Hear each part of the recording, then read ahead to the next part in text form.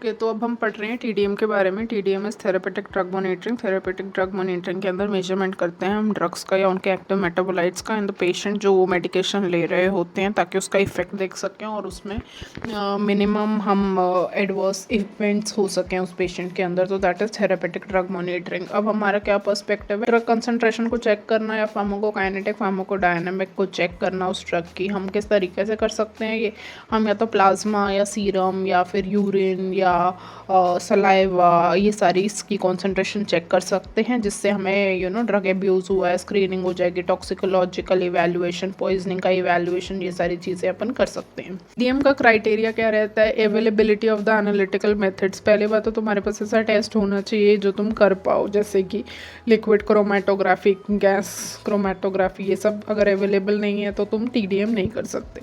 दूसरा क्या कि नैरो थेरेपेटिक रेंज का होना चाहिए जो भी ड्रग है जिसको तुम टेस्ट करना चाहते हो। जिन ड्रग्स में कर सकते हैं या तो उनके पास कोई मेथड ही नहीं होना चाहिए हमारे पास कि उनको टेस्ट करके इवैल्यूएट किया जा सकता है, या फिर उनका नैरो थेरेपेटिक रेंज होना चाहिए जिसकी वजह से वो टॉक्सिक हो सकते हैं, तो हम उनको चेक कर सकते हैं। जैसे drugs in the narrow therapeutic range includes aminoglycosides हो गया, लिथियम हो गया, थियोफाइलिन हो गया, डिजिटॉक्सिन या डिजिटालिस हो गया। तो ये वाले जो ड्रग्स हैं ये नैरो थेरेपेटिक इंडेक्स के होते हैं। फिर उसके बाद हाई फार्माकोकाइनेटिक वेरिएबिलिटी अगला पैरामीटर हो गया, ठीक है।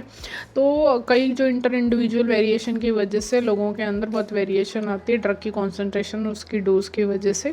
तो आपके अंदर एब्जॉर्प्शन डिफरेंट हो सकता है, मेटाबॉलिज्म एक्सक्रीशन डिफरेंट हो सकता है। तो age, gender, pregnancy, drug drug interaction क्या है, जेनेटिक पॉलीमॉर्फिज्म क्या है, malabsorption, liver, kidney, cardiovascular disease, ये सारी वेरिएशंस आ सकती हैं।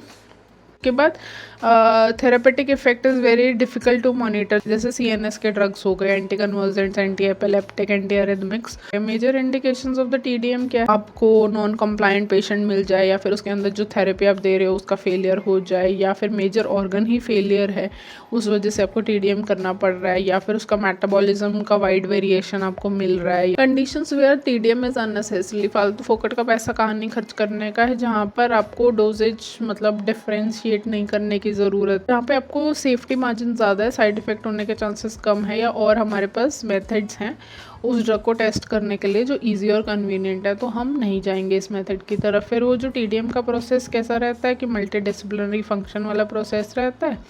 एक आइडियल एनवायरनमेंट के अंदर हम ड्रग लेवल्स को टेस्ट करने की कोशिश करते हैं, टॉक्सिसिटी जब हमें सस्पेक्ट हो जाती है या लैक ऑफ रिस्पॉन्स होता है या फिर कंप्लायंस अच्छा नहीं होता तो बायोलॉजिकल सैंपल लिया जाता है। अब बायोलॉजिकल सैंपल कैसे ले सकते हो, सीरम का या प्लाज्मा का सैंपल लिया जाता है फॉर टीडीएम, ठीक है। हमारी कोशिश ये रहती है कि हम सलाइवा का सैंपल ले लें बिकॉज नॉन इन्वेजिव हो जाता है, तो that is more preferable.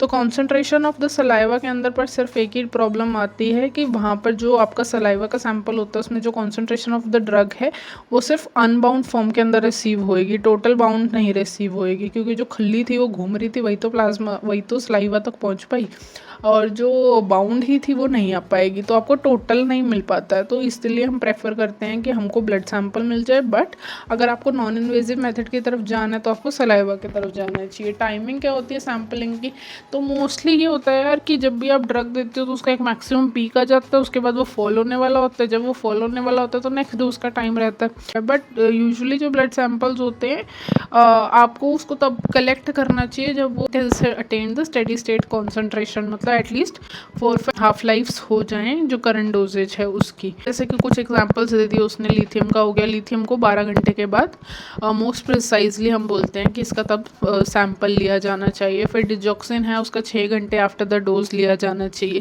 In appropriate high levels भी तो अपने को मिल सकते हैं ना, क्योंकि रीडिस्ट्रीब्यूशन हो जाएगा। तो कार्बामेज़ापिन के लिए 48 आवर्स लगते हैं, तो ऐसे डिफरेंट ड्रग्स के लिए डिफरेंट लगता है। तो तुम ऐसे याद कर लो कि 6-12-48 उसके अंदर डीएलसी हो गया डाइजॉक्सिन, फिर उसके बाद लिथियम, फिर उसके बाद कार्बामेज़ापिन, ठीक है। तो मतलब जो आपका डिटेल्स फिल करनी रहती है ऐसे फॉर्म के अंदर जो टेस्ट फॉर्म होता है, कितना डोजेज, क्या डोज ड्यूरेशन, डोजेज का क्या फॉर्म था जो ड्रग दिया गया था, सेक्स, एज क्या है पेशेंट का, कौन सा डिजीज़ है, कोई कोमोर्बिडिटी तो नहीं है, या फिर कोई को मेडिकेशंस पे तो नहीं है पेशेंट, हम क्यों मॉनिटरिंग कर रहे हैं टीडीएम की, फार्माकोडायनेमिक एंड थेरेपेटिक रेंज क्या है उस ड्रग की, तो ये सब अपने को मेंशन करना रहता है उस ड्रग फॉर्म के ऊपर। हमारी कोशिश ये रहती है कि रैपिड टर्न अराउंड टाइम रहे, ताकि जिससे ऐसे इसका फटाफट से ड्रग कॉन्सेंट्रेशन हमारे पास अवेलेबल हो जाए, ताकि जो नेक्स्ट डोज है उसके अंदर ही अपने को पता लग जाए कि क्लिनिशियन को कि क्या मतलब सेफ़ है अनसेफ है, ऐसा हमारा कोशिश रहता है। और ये जो करा जाता है ये सीनियर लैब का कोई स्टाफ करना चाहिए, जिसको ये सारी नॉलेज होनी चाहिए, वो ही कर सकता है।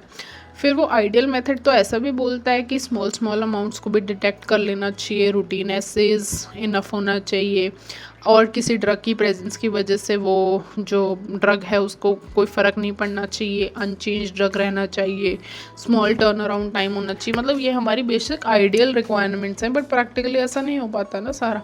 अब जो एनालिटिकल प्रैक्टिकल कौन से मेथड्स हैं, स्पेक्ट्रोफोटोमेट्री हो गई, या फिर टीएलसी थिन लेयर क्रोमेटोग्राफी हो गई, या फिर HPLC हो गया, गैस लिक्विड क्रोमेटोग्राफी हो गई।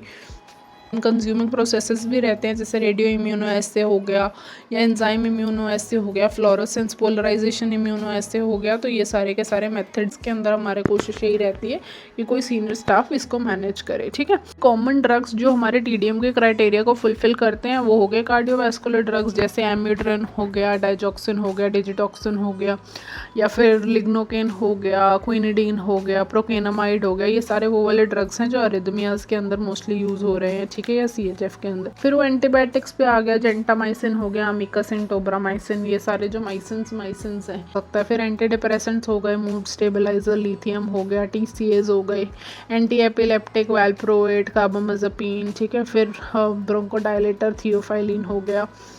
उसके बाद ये बोल रहा है कैंसर कीमोथेरेपी के अंदर, फिर वो मेथोट्रेक्सेट हो गया, इम्यूनोसप्रेसिव हो गया। तो ये सारे अलग अलग ड्रग्स हो गए जो आप क्राइटेरिया के लिए चेक किए जा सकते हैं।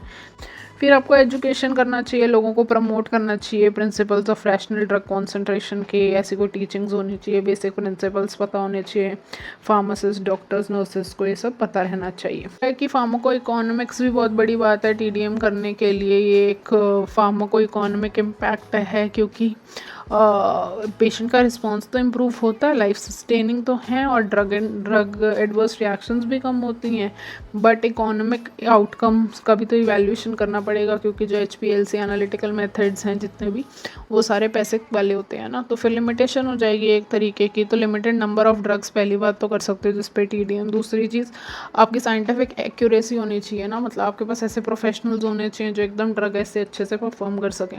फिर लैब टू लैब वेरिएबिलिटी मिल सकती है आपको, या फिर आप ये रूरल एरियाज़ के अंदर नहीं कर सकते हैं, बट लार्ज हॉस्पिटल्स के अंदर ये फैसिलिटीज़ अवेलेबल होने लग गई क्लिनिकल फार्माकोलॉजी के नाम पे, या प्राइवेट सेक्टर के अंदर।